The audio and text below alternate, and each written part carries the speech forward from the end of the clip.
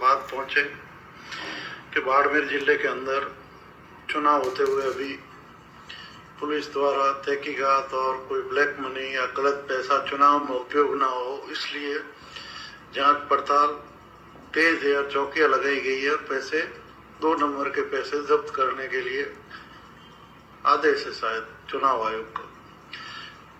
तो अभी कुछ दिनों से मेरी सुनने में आ रहा है कि एक जो हमारे सिंधी भाई है और पशुपालक है, वो किसान है, वो यहाँ के, वो भेड़ बकरे का पालन करते हैं। बाड़मेर जैसलमेर जिले में सभी जातियां करती है, जैसे राजपूत जाट जितनी जातियां रहती है सारी जातियां पशुपालन का काम करती है। तो हमारे सिंधी समाज भी ये करते हैं और हम उन्हें नजदीक में जो बाजार पशु बेचने के लिए पड़ता है, वो बाजार है अहमदाबाद, रानी या बॉम्बे जाते हैं, जो सरकारी कायदेसर बाजार है। वहाँ मेला लगता है पशुओं का, जहाँ ये अपने पशु भेड़ बकरे ले जाकर बेचते हैं और उसे नकद में वहाँ बेचते हैं और नकद रुपए लेकर वापस अपने इलाके में आते हैं। ये जानकारी शायद सभी को है, हमारे पुलिस स्टाफ को भी है, क्योंकि गाड़ियां इन्हीं के आगे से जाती है भर के और वापस बेच के आते हैं, तब भी आते हैं। जो बाकायदा ये जाते वक्त एंट्री करके जाते हैं। सारी बात की मामूलात होते हुए भी अभी 2 बड़ी जब्ती की गई है। इसमें कुछ रामजी कोर्ट में पहले सिंधी पशुपालकों के पैसे जब्त किए गए थे 27 लाख के करीब। अब कल गांधब चौकी का मामला है, कल 1 तारीख का। यही गुजराती का लफ्ज है, अपने किसान भाई और पशुपालक जो सिंधी समाज के लोग थे, ये ट्रकों में भर के गए थे अपने गेटे बकरे अहमदाबाद या आगे गुजरात में बेचकर वापिस आ रहे थे। तो एक एक गाड़ी में इनका पूरी गाड़ी का माल होता है, तो यही 10-12 लाख रुपए बन जाते हैं। पर इनमें 7-8 लोगों का माल होता है। दोनों गाड़ियों में तकरीबन 16-17 जनों का भेड़ बकरा भर के गए थे और वापिस ला रहे थे। तो दोनों गाड़ी में 12-12 लाख रुपए कैश थे। पुलिस को सारी जानकारी होते हुए कि ये पशुपालक हैं, यहीं से गए बेचने के लिए, ये कोई पैसा 2 नंबर का नहीं है। बेचान का उनके पास में जो एक होता है कच्चा लिखान होती है, जो वहां पर बीच में एक दलाल रहता है, वो आगे बेचता है, तो उसकी दलाल अपना आंकड़ा बना के देता है कि इतने पशु इसके बिके और इस पार्टी को दिए और इसके खरीदे।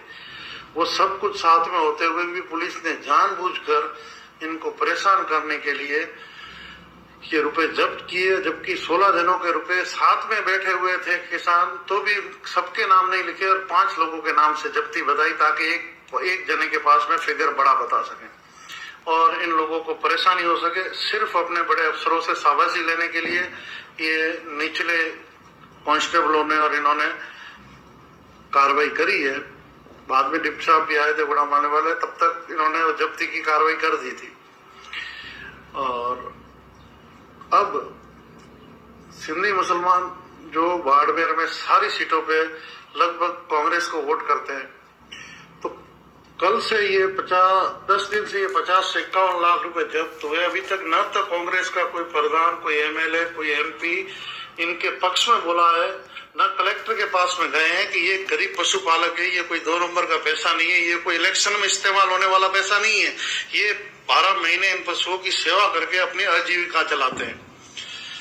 ये बात कोई बड़ा नेता या बड़ा जो सिंधियों का रहनुमा है, मैं तो सभी कांग्रेस नेताओं के नाम लेता हूं, जिसमें से छोटन से ही शुरू कर लो, घोड़े से ही शुरू कर लो, हेमाराम जी है, पद्माराम जी है, गफूर साहब है, फतेह खान जी है, अमीर खान जी है, साले मामन जी है, जो सिंधी वोट पढ़ते हैं इनके पक्ष में, हरीश चौधरी है, जो इनके सारे सिंधी इनके पक्ष में वोट डालते हैं।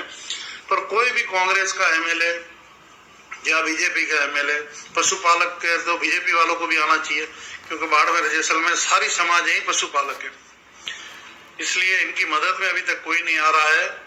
तो इन लोगों को सोचना चाहिए, आप सिर्फ सिंधी वोटों से एमएलए एमपी बनने के लिए सिंधी आपको वोट नहीं करता। वो जब परेशानी में हो तो उनकी मदद की जाए, इसलिए उनकी आंखें खुले, ये वीडियो उन तक पहुंचे कि ऐसी जाति हो रही है बाड़मेर के अंदर। अगर बाड़मेर के अंदर ऐसी जाति होगी तो ये बाहर जाके तो न्याय की उम्मीद किससे करेंगे। इसलिए आप सब भाइयों से निवेदन है कि वीडियो मेरा हर नेता तक पहुंचना चाहिए, बाड़मेर जैसलमेर के नेताओं तक और अशोक गहलोत साहब तक पहुंचना चाहिए कि ये गरीबों के पैसे जब्त करके 16 लोगों के पास से पैसा लेके